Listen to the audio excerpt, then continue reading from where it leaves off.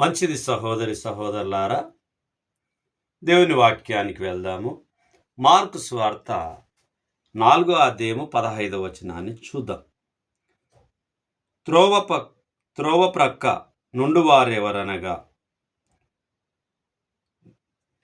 నేటి దినాన మనం నేర్చుకునే అంశము త్రోవ ప్రక్క నుండువారు ఎవరనగా, వాక్యము వారిలో విత్తబడును గాని వారు విని వెంటనే సాతాను వచ్చి వారిలో విత్తబడిన వాక్యము ఎత్తుకొని పోవును. ఏం చేయబడుతుంది అని చెప్పి గుర్తు చేస్తుంది. వాక్యం విత్తబడుతుంది కానీ, త్రోవ పక్కల పడు విత్తనములు వాక్యం విత్తబడుతుంది కానీ అపవాది వచ్చి ఎత్తుకొని వెళ్ళిపోతుంది అని చెప్పి గుర్తు చేస్తూ ఉంది. వాటిని మనము జ్ఞాపకం చేసుకొని ముందుకు వెళ్దాం. కొరింథీయులకు రాసిన 2వ పత్రిక 4వ అధ్యాయము 3-4 వచనాన్ని మనం చూద్దాం. కొరింథీయులకు రాసిన 2వ పత్రిక 4వ అధ్యాయము 3-4 వచనాలను మనం చూద్దాం. మా సువార్త మరుగు చేయబడిన ఎడల నశించుచున్న వారి విషయంలోనే మరుగు చేయబడి ఉన్నది. దేవుని స్వరూపి అయి ఉన్న క్రీస్తు మహిమను కనపర్చు సువార్త ప్రకాశము వారికి ప్రకాశింపకుండు నిమిత్తము ఈ యుగ సంబంధమైన దేవత అవిశ్వాసులైన వారి మనోనేత్రములకు గుడ్డితనము కలగజేసెను. మనోనేత్రములను గుడ్డితనముగా కలగజేసి ఉంది. కాబట్టి వారికి దేవుని వాక్యం కనిపించడం లేదు, దేవుని వాక్యం వినిపించడం లేదు, దేవుని వాక్యము అర్థం కావడం లేదు. ఎందుకంటే వారికి గుడ్డితనముగా ఉన్నది. మళ్ళీ చదువుకుందాము. మా సువార్త మరుగు చేయబడిన ఎడల నశించుచున్న వారి విషయంలోనే మరుగు చేయబడి ఉన్నదంటే ఎవరికి మరుగు చేయబడిందంటే నశించుచున్న వారికి మరుగు చేయబడి ఉన్నది.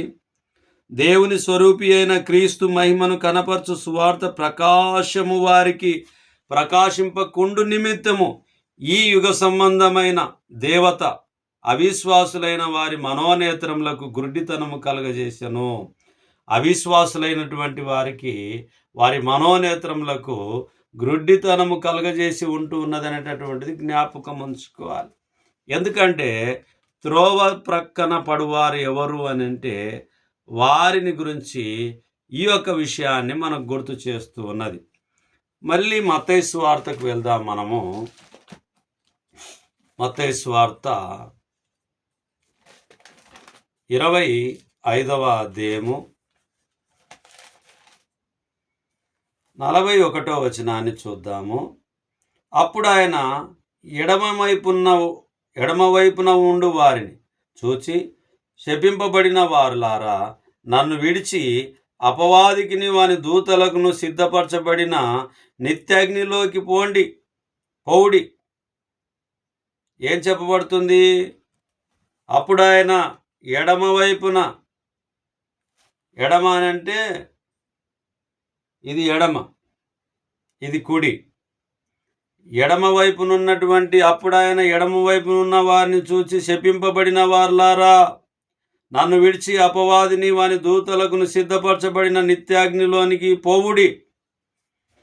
ఎందుకు ఈ మాటలు చెప్తూ ఉన్నాడు అనంటే, దేవుని యొక్క వాక్యాన్ని వినకుండగా త్రోవ పక్క పడినటువంటి వారు ఎవరనగా వాక్యాన్ని అపవాదికి అప్పచెప్పేటటువంటి వారు, వాక్యాన్ని సరిగా గ్రహించనటువంటి వారు, వాక్యాన్ని పెడచెవిన పెట్టేటటువంటి వారు, వాక్యాన్ని పట్టించుకున్నటువంటి వారు, దేవుని చిత్తాన్ని గ్రహించనటువంటి వారు, వారిని గురించి రాయబడినటువంటి మాట.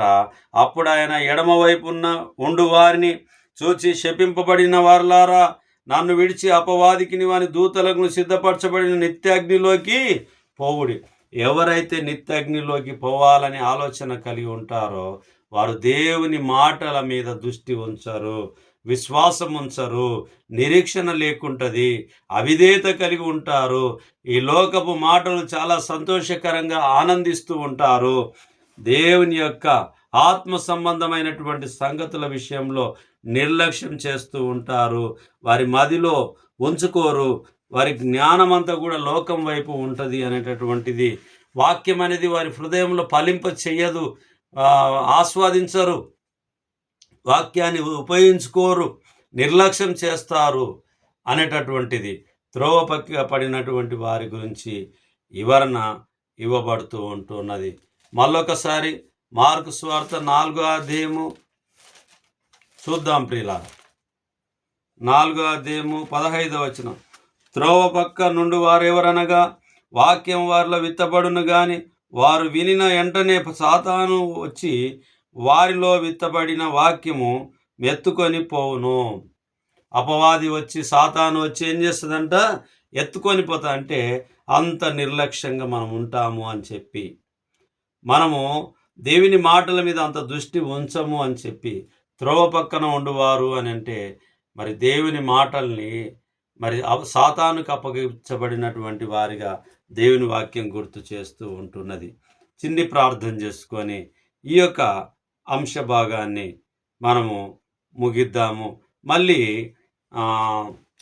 రాతి నేలన మార్కు సువార్త 4వ అధ్యాయము 16 నుంచి 17 వచనాల వరకు రాతి నేలన విత్తబడిన వారి ఎవరనగా వారి గురించి మళ్ళీ మనం చదువుకుందాం. చిన్ని ప్రార్థన చేసుకుందాం.